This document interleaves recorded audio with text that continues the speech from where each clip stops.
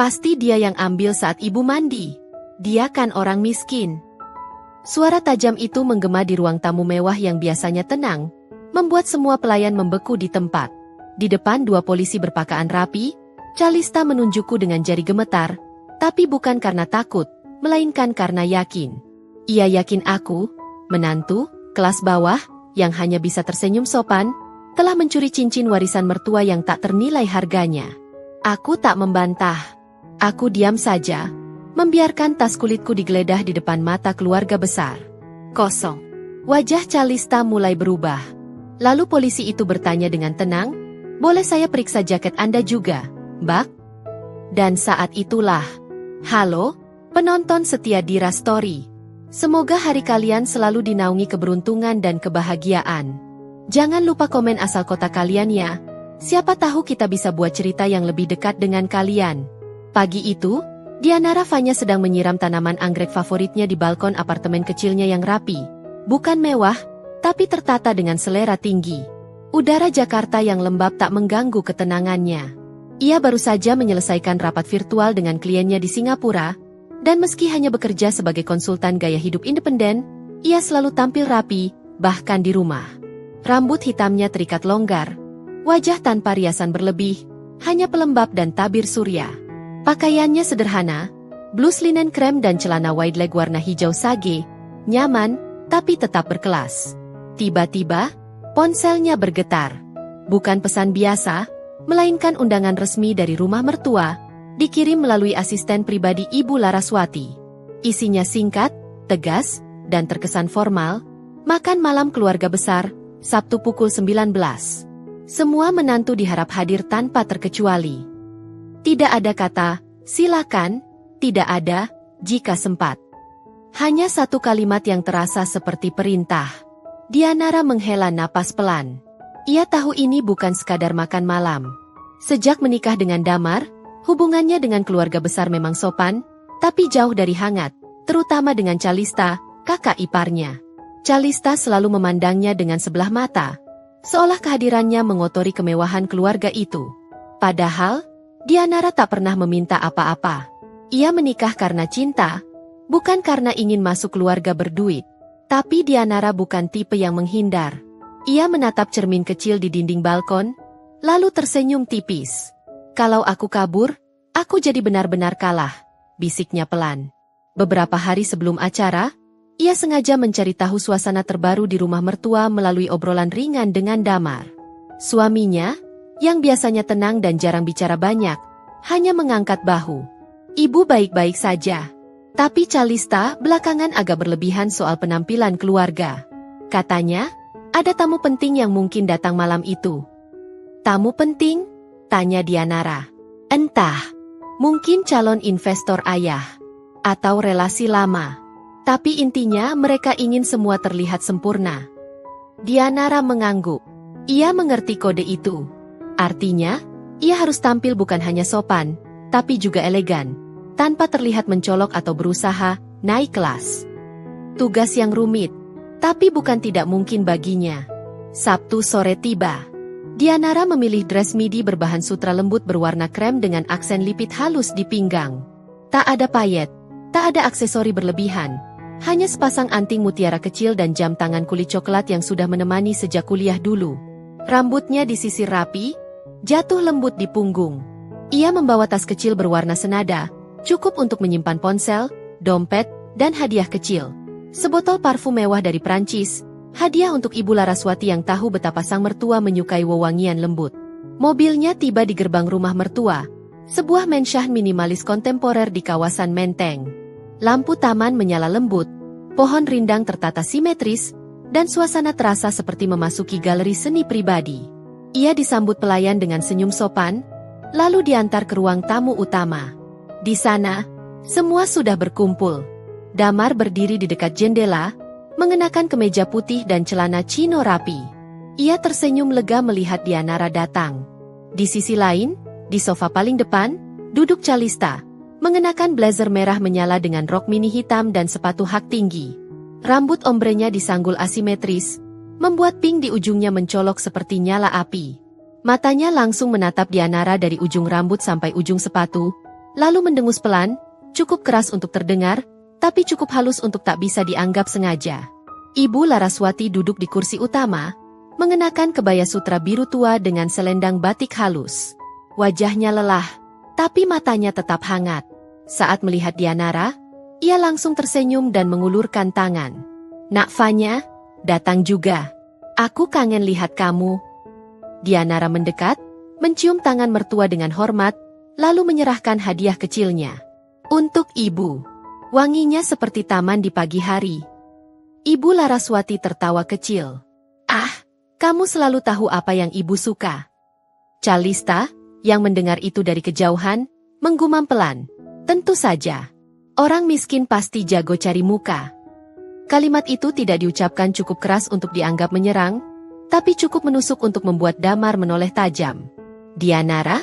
Ia hanya tersenyum, tenang, seperti air yang tak pernah bergolak, meski di bawahnya arus sedang mengalir deras.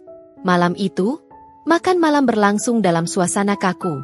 Topik obrolan dijaga aman, cuaca, bisnis, perjalanan. Tapi Dianara merasakan sesuatu yang mengganjal.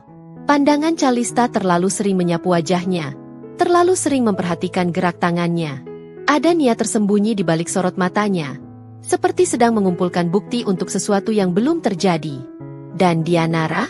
Ia tetap makan perlahan, menjawab dengan sopan, dan sesekali menatap cincin emas berlian yang melingkar di jari manis Ibu Laraswati, cincin yang tak pernah lepas sejak suaminya meninggal 20 tahun lalu.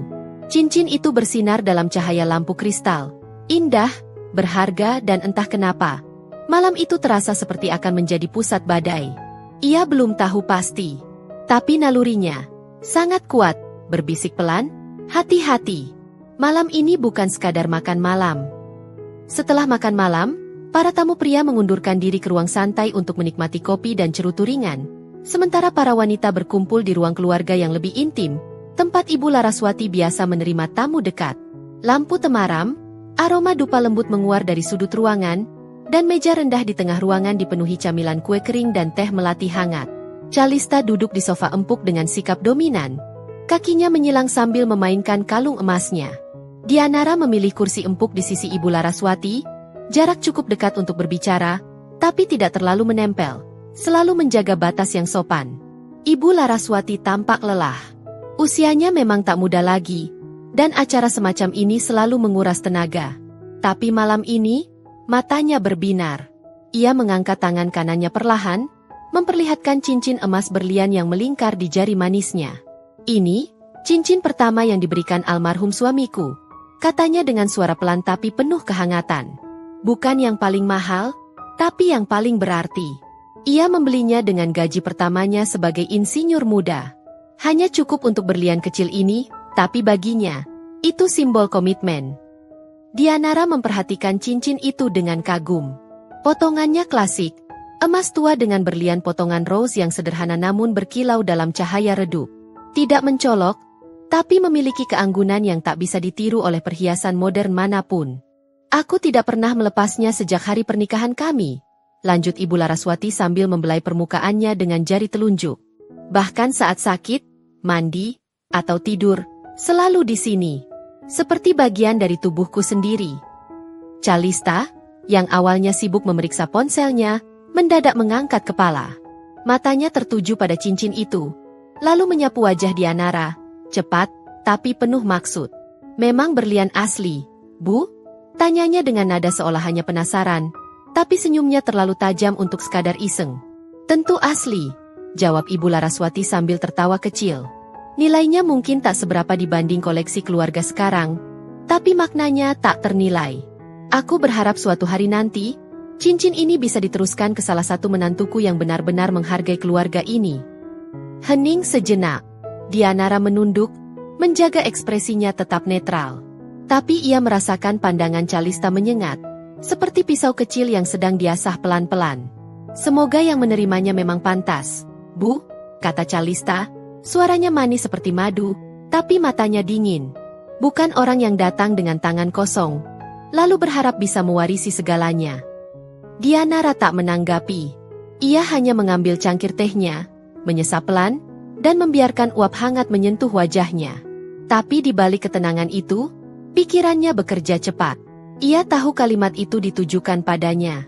Dan ia juga tahu, Calista bukan hanya iri pada posisinya sebagai menantu yang disayang Ibu Laraswati. Ada sesuatu yang lebih dalam. Mungkin keinginan untuk menguasai warisan. Atau sekadar membuktikan bahwa orang seperti Dianara tak layak berada di lingkaran keluarga ini. Obrolan berlanjut ringan tentang acara amal, tren fashion, dan rencana liburan musim panas. Tapi Dianara tak benar-benar mendengarkan. Ia memperhatikan cara Calista terus-menerus memandangi cincin itu, seolah mengukur beratnya, harganya, dan peluangnya. Saat jam menunjukkan pukul 9 malam, Ibu Laraswati mulai menguap. "Ah, maaf, Nak. Usia tak bisa dibohongi. Aku rasa sudah waktunya istirahat." Ia berdiri perlahan, dibantu Dianara yang sigap mengulurkan tangan. Calista juga berdiri, tapi gerakannya terlalu cepat, seperti ingin mengambil alih peran itu. "Biarkan aku yang antar ibu ke kamar," kata Calista, suaranya tiba-tiba penuh perhatian. Tapi Ibu Laraswati menggeleng lembut. "Sudah, Fanya saja. Kau tadi membantuku ambilkan selendang, kan? Tenang saja, aku nyaman dengannya." Calista berhenti sejenak. Senyumnya masih ada, tapi matanya menyipit. "Tapi, Ibu mandi malam kan? Apa tidak lebih baik aku?" "Fanya tahu caraku suka air hangat dan aroma lavender," potong Ibu Laraswati dengan lembut tapi tegas. "Tidak usah khawatir." Dianara mengangguk dan menggandeng lengan mertuanya dengan penuh hormat. Mereka berjalan perlahan menuju lantai atas, meninggalkan Calista berdiri di tengah ruangan. Senyumnya perlahan menghilang, digantikan oleh ekspresi datar yang sulit dibaca. Di kamar mandi utama lantai 2, Dianara membantu Ibu Laraswati melepas kebayanya, menyiapkan air hangat, dan menaruh sabun lavender di tepi bak mandi. "Ibu bisa berendam sebentar. Aku tunggu di luar." "Ya, kalau butuh sesuatu, panggil saja." "Terima kasih, Nak," bisik Ibu Laraswati, matanya penuh kelelahan tapi juga rasa sayang. Dianara keluar, menutup pintu dengan perlahan, lalu duduk di bangku kecil di koridor. Ia menatap lukisan klasik di dinding, potret almarhum suami Ibu Laraswati, dan merasa damai. Tapi damai itu tak bertahan lama. Karena di balik pintu kamar mandi yang tertutup rapat, sesuatu yang tak terduga sedang terjadi. Dan Dianara, tanpa sadar, sedang berdiri di ambang pusaran badai yang telah direncanakan sejak lama oleh seseorang yang mengira dirinya terlalu lemah untuk melawan. Ia belum tahu. Tapi malam itu, cincin yang tak pernah lepas dari jari mertuanya akan raib. Dan semua mata akan tertuju padanya. Malam semakin larut. Suara air mengalir pelan dari kamar mandi utama, diselingi desah lelah Ibu Laraswati yang menikmati rendaman air lavender. Dianara duduk tenang di bangku koridor, punggungnya tegak namun tubuhnya rileks. Ia tak memainkan ponsel, tak mengobrol, hanya membiarkan pikirannya beristirahat, sesuatu yang jarang ia izinkan pada dirinya sendiri. Tiba-tiba, langkah kaki cepat terdengar dari arah tangga. Calista muncul di ujung koridor, mengenakan jaket kulit hitam yang baru saja ia ambil dari ruang tamu, entah sejak kapan ia naik ke lantai atas. Riasannya masih sempurna, tapi matanya gelisah. "Kenapa kau di sini sendirian?" tanyanya. Suaranya terdengar lebih keras dari yang seharusnya. "Menunggu ibu selesai mandi," jawab Dianara datar, tanpa menoleh. Calista melangkah mendekat, berhenti tepat di depan pintu kamar mandi. Tangannya menggapai gagang pintu. "Aku rasa aku yang lebih tahu kebiasaan ibu. Biar aku saja yang..." "Beliau sudah bilang ingin aku yang menemaninya," potong Dianara, kali ini menatap langsung ke mata Calista. Pandangannya tenang, tapi tegas, seperti batu karang yang tak goyah oleh ombak. Calista menarik tangannya kembali, bibirnya menegang. "Kau terlalu percaya diri, ya? Padahal cuma menantu biasa." Dianara tak menjawab. Ia hanya kembali menatap ke depan, seolah Calista bukan siapa-siapa. Dan disitulah batas terakhir dilewati. Calista menatapnya sekali lagi, lalu berbalik dan pergi, tapi bukan ke bawah. Ia berjalan ke kamar tamu di ujung koridor yang biasanya kosong, dan mengintai dari balik celah pintu yang sedikit terbuka. Dianara tidak menyadarinya. Ia terlalu fokus mendengarkan suara air. Beberapa menit kemudian, suara keran dihentikan. "Ibu?" panggil Dianara pelan. "Sebentar, Nak." Aku baru lepas cincinnya. Airnya kadang bikin licin. Terdengar suara Ibu Laraswati dari dalam. Dianara mengangguk, meski tak terlihat. Itu kebiasaan Ibu Laraswati, melepas cincin sejenak saat mengeringkan tangan, lalu memasangnya kembali sebelum keluar kamar mandi. Tapi kali ini, sesuatu berbeda.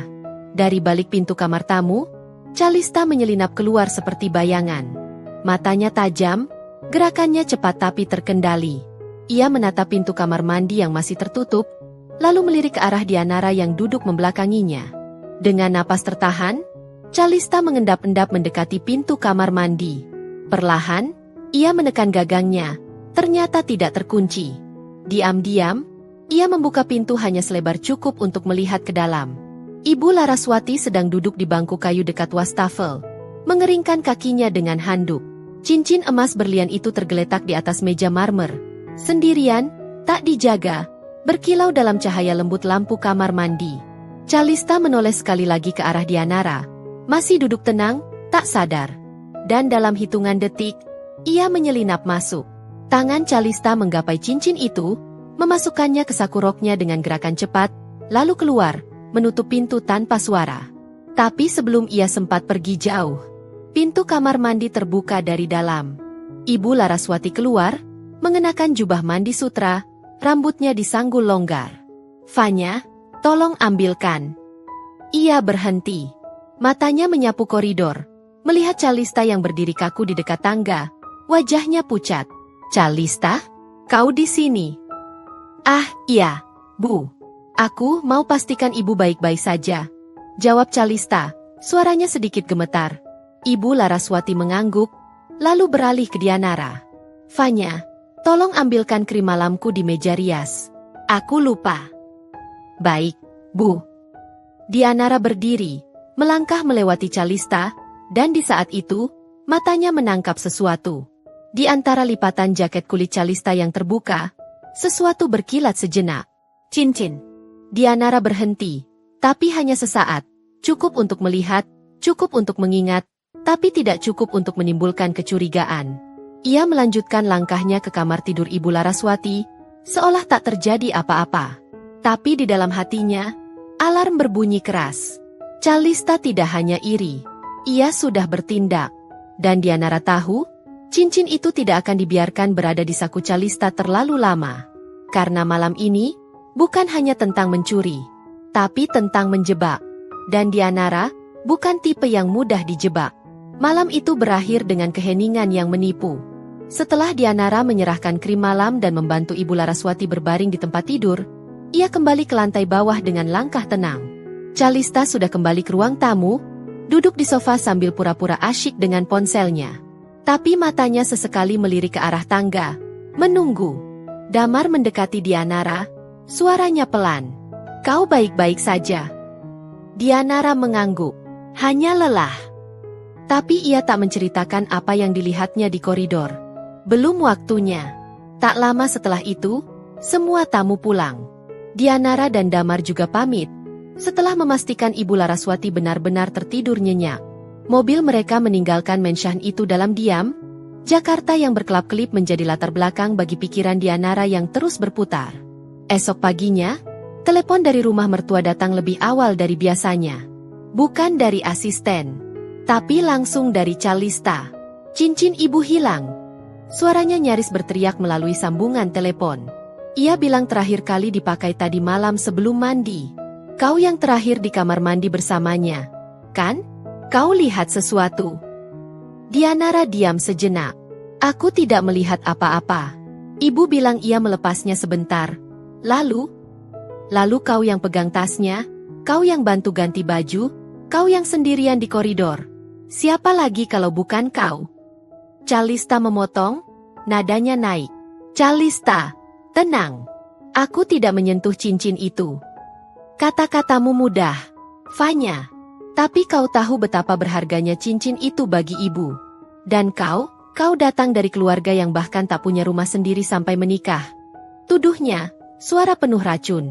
Dianara menutup telepon tanpa jawaban. Ia tahu, ini bukan sekadar tuduhan.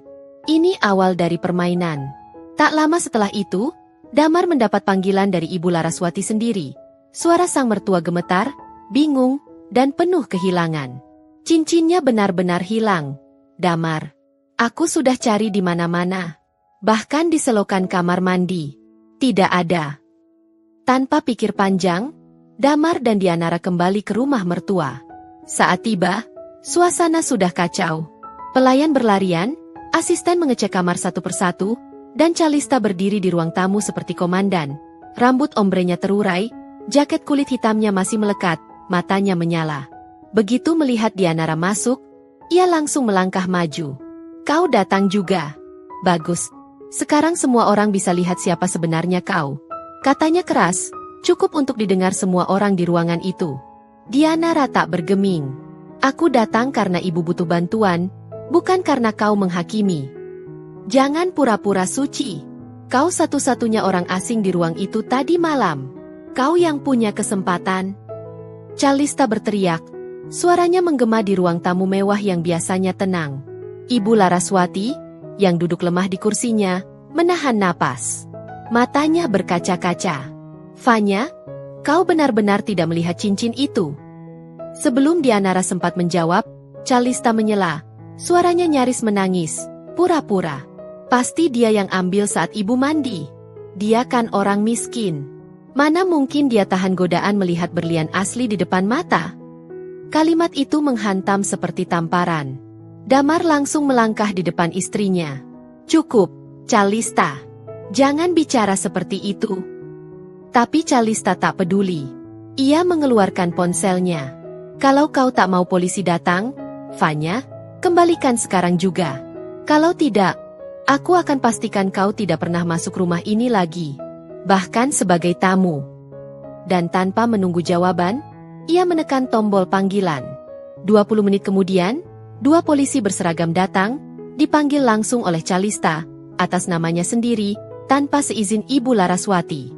Kami diminta memeriksa dugaan pencurian perhiasan, kata salah satu petugas dengan wajah serius. Calista langsung menunjuk Dianara. Itu dia. Tasnya harus digeledah. Aku yakin cincin itu ada di sana. Semua mata tertuju pada Dianara. Tapi wanita itu hanya menarik napas dalam, lalu melepas tas kulit kecilnya dengan gerakan tenang. Silakan periksa, katanya, suaranya datar, tanpa emosi. Polisi mengambil tas itu, membukanya perlahan di depan semua orang, termasuk pelayan yang mengintip dari balik pintu, Damar yang mengepalkan tangan, dan Ibu Laraswati yang menahan napas. Isinya? Hanya dompet, ponsel, lipstik, dan sebotol parfum kecil. Tidak ada cincin. Calista terdiam. Wajahnya berubah, sedikit pucat, tapi ia buru-buru menutupinya dengan amarah palsu. Pasti sudah kau sembunyikan di tempat lain.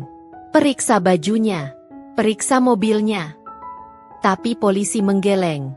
Kami tidak bisa menggeledah tanpa bukti kuat atau izin resmi, Bu. Dan di tengah kekacauan itu, Dianara menatap Calista. Tenang, hampir seperti iba. Karena ia tahu, cincin itu tidak pernah masuk ke dalam tasnya. Dan malam tadi, setelah melihat cincin berkilat di saku jaket Calista, Dianara diam-diam mengambilnya kembali, saat Calista lengah memeriksa ponsel di ruang tamu sebelum pulang. Lalu, dengan gerakan yang hampir tak terlihat, Dianara menyelipkan cincin itu ke saku dalam jaket kulit Calista sendiri.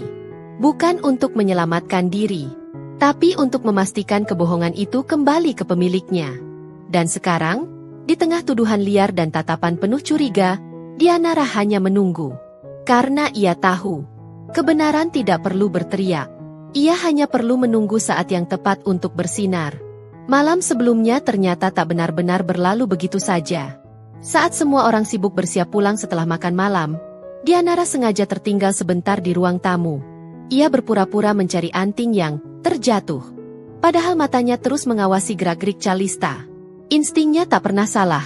Ada sesuatu yang dipaksakan dalam sikap sang kakak ipar sejak Ibu Laraswati memamerkan cincin itu. Dan dugaannya terbukti. Saat Calista berjalan melewati ruang tamu dengan jaket kulit hitamnya, Dianara melihat kilatan emas kecil dari saku dalam jaket itu. Saat kainnya tersibak oleh gerakan cepat Calista menarik ponsel. Cincin itu. Tapi Dianara tak menunjukkan reaksi apapun. Ia hanya menunduk seperti sedang mencari sesuatu di karpet. Kesempatan datang beberapa menit kemudian. Calista duduk di sofa sambil asyik membalas pesan. Jaketnya tergantung di sandaran kursi, tepat di sebelah tempat Dianara mencari anting. Dalam hitungan detik, Dianara mengambil cincin itu dari saku jaket dengan gerakan licin, memasukkannya ke genggaman tangannya, lalu kembali duduk seolah tak terjadi apa-apa. Tapi ia tak menyimpan cincin itu untuk dirinya sendiri. Alih-alih, Dianara menunggu hingga Calista berdiri dan berjalan ke dapur untuk mengambil air. Saat itulah, dengan kecepatan dan ketenangan yang terlatih, Dianara menyelipkan cincin itu kembali, bukan ke tempat semula, tapi ke saku dalam jaket Calista yang kini tergantung sendirian di sandaran kursi ruang keluarga. Ia melakukannya bukan karena ingin membalas dendam, tapi karena tahu, Calista tak akan berhenti sampai menjatuhkannya. Dan satu-satunya cara menghentikan permainan itu adalah membiarkannya menjerat dirinya sendiri. Kini, di pagi yang kacau ini, Dianara berdiri di tengah ruang tamu, tenang seperti danau di pagi buta, sementara Calista semakin panik. Polisi masih berdiri di depan pintu, tas Dianara tergeletak kosong di meja kopi, dan Ibu Laraswati menatap semua orang dengan kebingungan yang menyakitkan.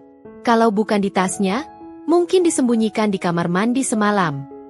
Calista bersikeras, suaranya mulai tidak stabil.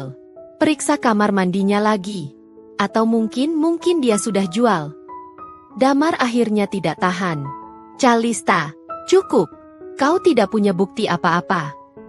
Tapi cincinnya hilang sejak dia sendirian dengan ibu. Siapa lagi? Balas Calista, matanya memerah.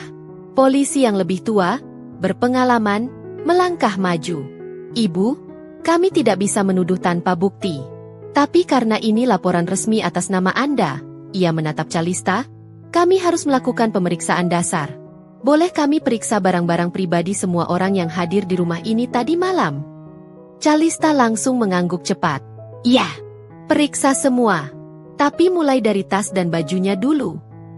Polisi menggeleng pelan. Kami akan periksa secara adil. Satu persatu. Ia mulai dengan pelayan, dompet kecil, sapu tangan, ponsel lama. Tidak ada. Lalu asisten pribadi Ibu Laraswati, tas kerjanya rapi, isi profesional. Juga tidak ada. Kemudian giliran Damar. Dompet, kunci mobil, jam tangan. Lalu tiba giliran Calista. Dianara menahan napas, bukan karena takut, tapi karena tahu inilah momennya. Calista, percaya diri, melepas jaketnya dan menyerahkannya dengan sikap seolah ia korban. Silakan periksa. Aku tidak menyembunyikan apa-apa. Polisi mengangguk, lalu memeriksa saku luar, kosong. Saku dalam kanan, dompet, lipstik, ponsel. Lalu saku dalam kiri. Tangan petugas berhenti. Matanya menyipit. Perlahan, ia mengeluarkan sesuatu dari sana. Benda kecil, berkilau, berbentuk lingkaran emas dengan berlian rose cut di tengahnya. Ruang tamu hening. Bahkan suara jam dinding terdengar seperti dentuman. Ibu Laraswati menutup mulut dengan tangan gemetar. Itu cincinku. Calista membelalak. Wajahnya berubah pucat dalam sekejap. Tidak mungkin. Aku tidak menyentuhnya. Tapi cincin itu nyata. Ada di tangannya. Di sakunya. Ditemukan oleh polisi yang ia panggil sendiri. Dianara tetap diam. Ia tak perlu berkata apa-apa. Kebenaran sudah berbicara, dengan cara yang paling memalukan bagi Calista. Dan di balik tatapan tenangnya, Dianara tahu, ini bukan akhir. Ini hanya awal dari kejatuhan yang telah lama disiapkan sang kakak ipar, untuk orang lain. Tapi takdir punya cara sendiri. Dan malam ini, takdir memilih berpihak pada yang diam. Setelah penemuan mengejutkan itu, suasana di ruang tamu membeku seperti es. Tidak ada yang berani bicara. Bahkan suara napas terasa terlalu keras. Calista berdiri kaku, tangannya mengepal di sisi tubuh, wajahnya pucat pasi. Semua riasan sempurnanya tak mampu menyembunyikan keterkejutan yang nyaris menjadi teror. Ia menatap cincin di tangan polisi seolah benda itu adalah ular berbisa. Ini salah paham, katanya. Suaranya bergetar. Aku tidak tahu kenapa cincin itu ada di sakuku. Mungkin jatuh saat aku bantu ibu beres-beres semalam. Tapi tidak ada yang percaya. Bahkan Damar memalingkan muka, kecewa. Ibu Laraswati hanya menatapnya dengan mata berkaca-kaca. Bukan marah, tapi sedih. Sedih karena harus melihat anak angkatnya sendiri terjerat dalam jaring kebohongannya. Polisi, tenang dan profesional, meletakkan cincin itu di atas meja kaca. "Ibu, ini milik Anda." Ibu Laraswati mengangguk pelan, lalu mengambilnya dengan tangan gemetar. "Ya, ini cincin suamiku. Aku tidak pernah melepasnya kecuali untuk mandi dan kemarin malam, aku meletakkannya di meja wastafel." Matanya beralih ke Calista. "Kau bilang Fanya yang mengambilnya. Tapi kenapa cincin ini ada di saku jaketmu?" Calista membuka mulut, lalu menutupnya lagi. Tidak ada alasan yang masuk akal. Tidak ada penjelasan yang bisa menyelamatkannya. Di tengah keheningan itu, Dianara akhirnya angkat bicara. Suaranya tenang, seperti air yang mengalir di antara bebatuan. "Ibu, tadi malam, setelah ibu mandi, saya lihat Calista masuk ke kamar mandi. Saya pikir dia hanya ingin memastikan ibu baik-baik saja. Tapi, ketika saya lewat di depan pintu yang terbuka sedikit, saya melihat dia mengambil sesuatu dari meja." Semua mata tertuju padanya. Saya tidak langsung menuduh. Saya takut salah. Tapi, saya juga tidak mau cincin itu hilang. Jadi saya mengambilnya kembali. "Kau berani ambil dari sakuku?" Calista tiba-tiba membentak. Matanya menyala. Dianara menatapnya lurus. "Aku tidak mengambil dari sakumu. Aku mengambil dari tas milikku sendiri, karena kau yang pertama kali menyelipkannya ke sana." "Hening." Calista terhuyung mundur selangkah. "Itu bohong." "Tidak," lanjut Dianara, "tetap tenang. Aku lihat semua. Saat kau pikir aku sibuk dengan ponsel di ruang tamu, kau menyelinap masuk ke kamar mandi, ambil cincin, lalu masukkan ke tas kulitku yang kutinggalkan di kursi. Kau pikir aku tidak sadar, tapi aku tahu." Ia menarik napas. "Jadi, alih-alih menuduhmu di depan semua orang, yang mungkin kau anggap sebagai drama murahan, aku pilih diam. Aku kembalikan cincin itu ke tempat yang lebih layak, sakumu sendiri. Karena kebohongan seharusnya kembali ke pemiliknya." Kalimat itu menghantam Calista seperti tamparan dingin. Ia tidak bisa berkata apa-apa. Tidak bisa membantah. Karena semuanya benar. Polisi akhirnya angkat bicara. "Karena tidak ada niat jahat dari pihak Ibu Laraswati, dan cincin sudah kembali, kami tidak akan lanjutkan proses hukum. Tapi," ia menatap Calista tajam, "jangan pernah lagi memanggil aparat untuk menuduh orang tanpa bukti." Calista hanya mampu mengangguk. Kepalanya tertunduk. Setelah polisi pergi, suasana tetap tegang. Ibu Laraswati memeluk cincin itu erat, lalu menatap Dianara dengan penuh syukur. "Terima kasih, Nak. Kau menyelamatkan kenanganku, dan juga harga diri keluarga ini." Dianara tersenyum kecil. "Saya hanya melakukan yang benar, Bu." Tapi di balik senyum itu, ia tahu ini belum selesai. Calista bukan tipe yang menerima kekalahan begitu saja. Ia akan diam, untuk sementara. Tapi dendamnya pasti tumbuh. Namun Dianara tidak takut. Karena kali ini, ia sudah membuktikan sesuatu yang lebih berharga daripada cincin emas. Martabatnya tidak bisa dibeli, tidak bisa dicuri, dan tidak bisa dihancurkan oleh kebohongan. Dan malam itu, untuk pertama kalinya sejak menikah, ia merasa benar-benar diterima. Bukan karena penampilan, bukan karena latar belakang, tapi karena siapa dirinya sebenarnya. Tenang, cerdas, dan tak pernah meremehkan kekuatan diam. Beberapa hari berlalu sejak insiden cincin itu. Rumah mertua kembali tenang, terlalu tenang. Tak ada lagi kicau Calista di meja makan, tak ada suara hak tingginya yang sengaja diketuk-ketukan di lantai marmer untuk menunjukkan dominasi. Ia memilih mengurung diri di kamar, hanya keluar saat benar-benar perlu. Keluarga besar diam-diam membicarakan kejadian itu, tapi tidak ada yang berani menyebut nama Calista terlalu keras. Rasa malu telah menggerogoti seluruh harga dirinya. Namun Dianara tahu, keheningan itu bukan tanda menyerah. Itu adalah jeda sebelum badai. Dan badai itu tiba lebih cepat dari yang ia kira. Pagi itu, Dianara sedang menyiapkan presentasi klien di apartemennya ketika Damar menelepon. Suaranya serius. "Calista minta keluarga kumpul lagi malam ini. Katanya dia punya klarifikasi." "Klarifikasi?" tanya Dianara. Alisnya terangkat. "Ya." Ia bilang dia salah paham, dan ingin minta maaf langsung ke ibu dan ke kamu. Dianara diam sejenak. Aku tidak percaya dia menyerah begitu saja. Tapi ibu bersikeras. Katanya, jika Calista mau mengakui kesalahannya dengan tulus, keluarga harus memberi kesempatan. Dianara menghela napas. Baik, aku datang. Malam harinya, ia kembali ke rumah mertua. Kali ini mengenakan setelan linen krem dengan blus sutra gading, rambutnya disanggul longgar, wajahnya tanpa riasan berlebih. Ia datang bukan untuk berperang, tapi untuk menghadapi apapun yang akan terjadi dengan kepala tegak. Di ruang tamu, semua sudah berkumpul. Ibu Laraswati duduk di kursi utama, wajahnya penuh harap. Calista berdiri di tengah ruangan, mengenakan dres hitam sederhana, rambut ombrenya diikat rapi, tanpa aksesori mencolok. Ia tampak berbeda, lebih tenang, lebih rendah hati. Terima kasih sudah datang, katanya, matanya menatap Dianara. Aku ingin minta maaf. Semua terdiam. Aku salah. Aku iri. Aku merasa kau, dengan ketenanganmu, dengan cara ibu memperlakukanmu, mengancam posisiku di keluarga ini. Jadi aku berpikir jika kau dijauhkan, semuanya akan kembali seperti dulu. Ia menunduk. Aku memang yang mengambil cincin itu. Aku berencana menyelipkannya ke tas Fanya, lalu memanggil polisi agar semua orang percaya dia pencuri. Tapi, aku tidak menyangka dia melihatku. Dan aku tidak menyangka dia memilih tidak mempermalukanku di depan semua orang. Matanya berkaca-kaca. Tapi apakah itu air mata penyesalan, atau strategi baru?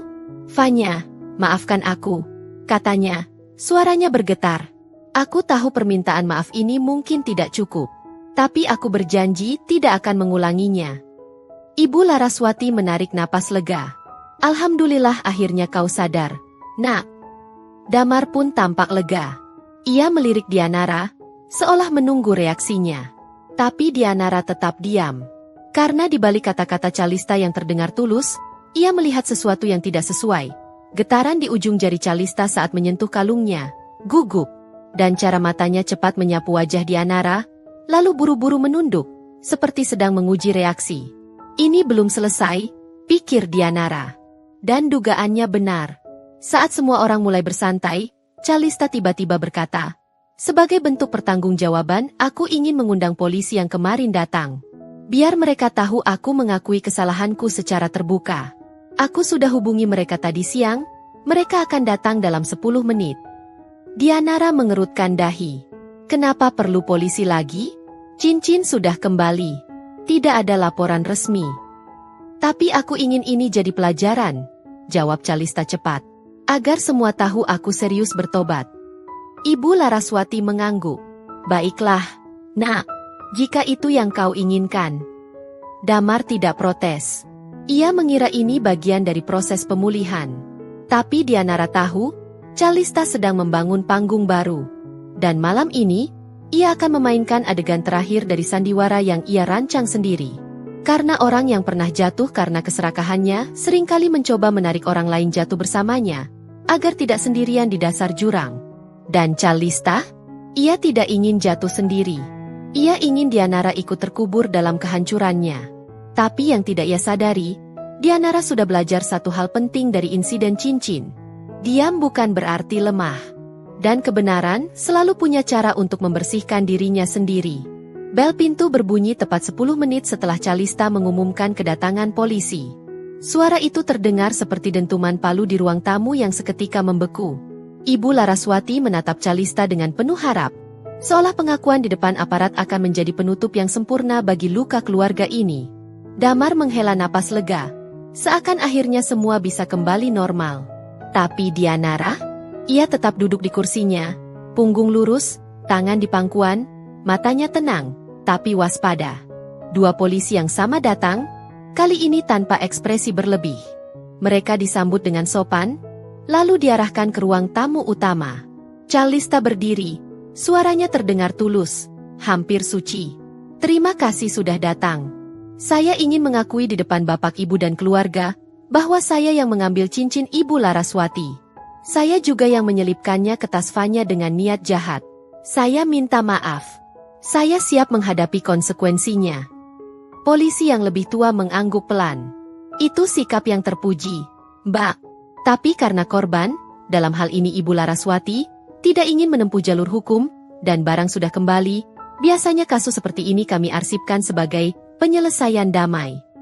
Calista menunduk, seolah lega. Saya mengerti.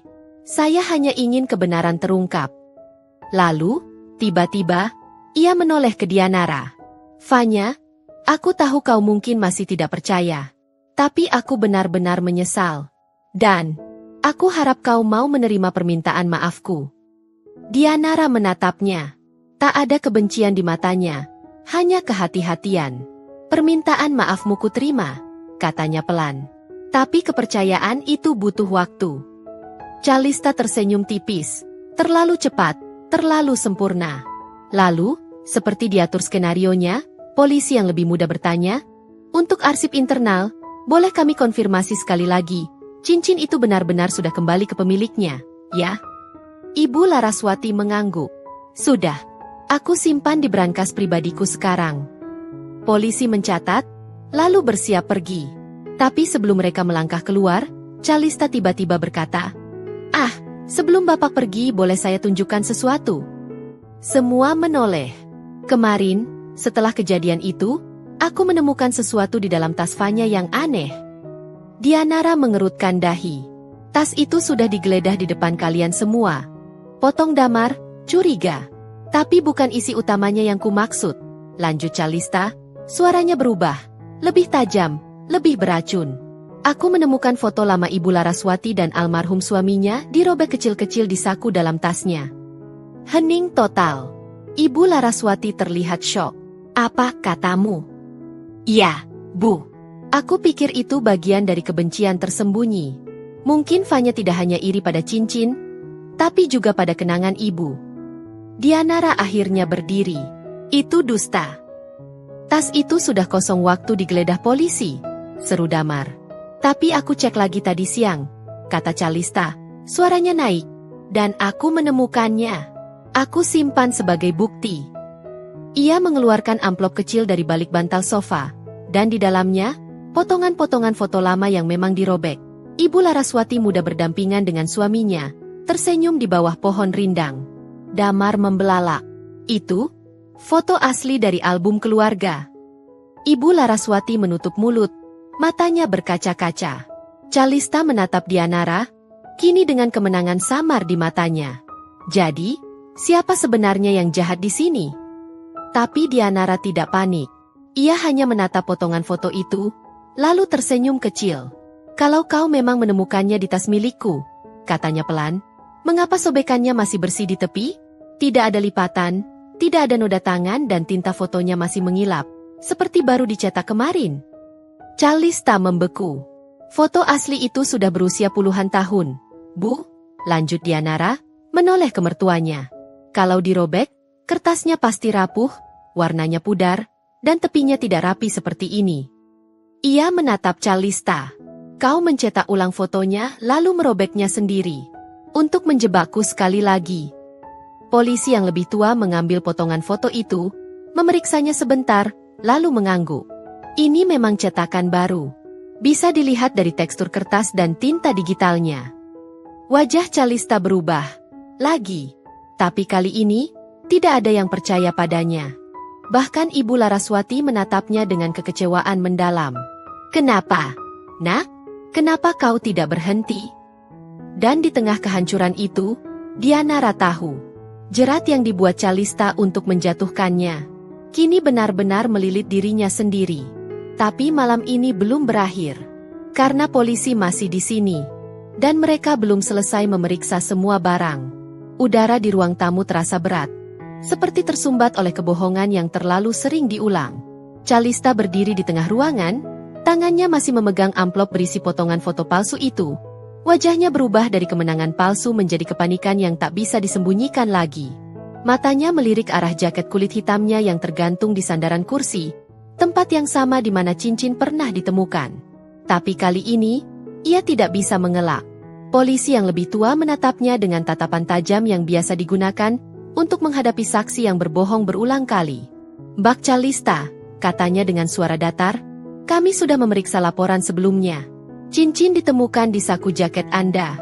Sekarang, Anda kembali menuduh tanpa bukti, bahkan menggunakan barang palsu sebagai alat fitnah. Calista membuka mulut, tapi suaranya tersendat. Saya hanya ingin.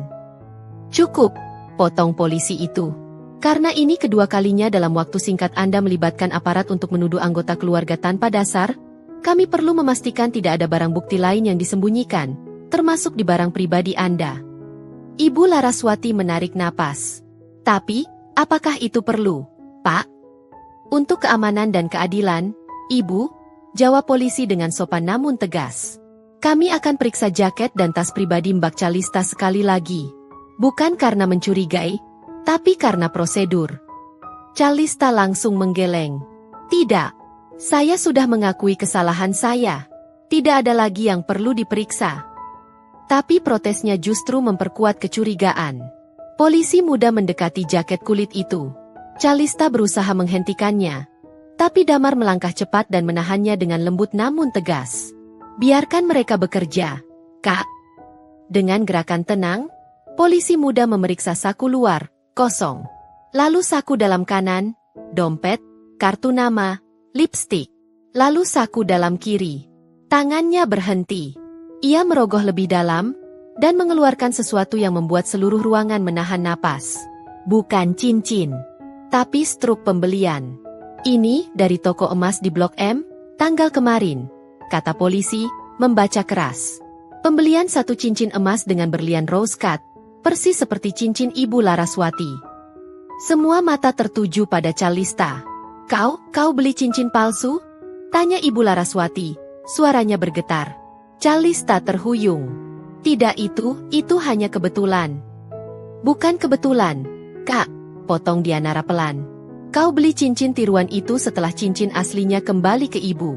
Kau berencana menggantinya diam-diam, lalu menuduhku lagi suatu hari nanti, dengan bukti bahwa cincin asli sudah hilang dan yang ada hanyalah tiruan yang kubawa pulang. Calista membantah, tapi suaranya sudah tak meyakinkan lagi. Polisi muda melanjutkan pemeriksaan, dan di saku rahasia jaket itu, ia menemukan sesuatu yang lebih mengejutkan. Sebuah USB kecil. Boleh kami periksa isinya, Mbak? Calista tidak menjawab. Wajahnya pucat seperti kertas.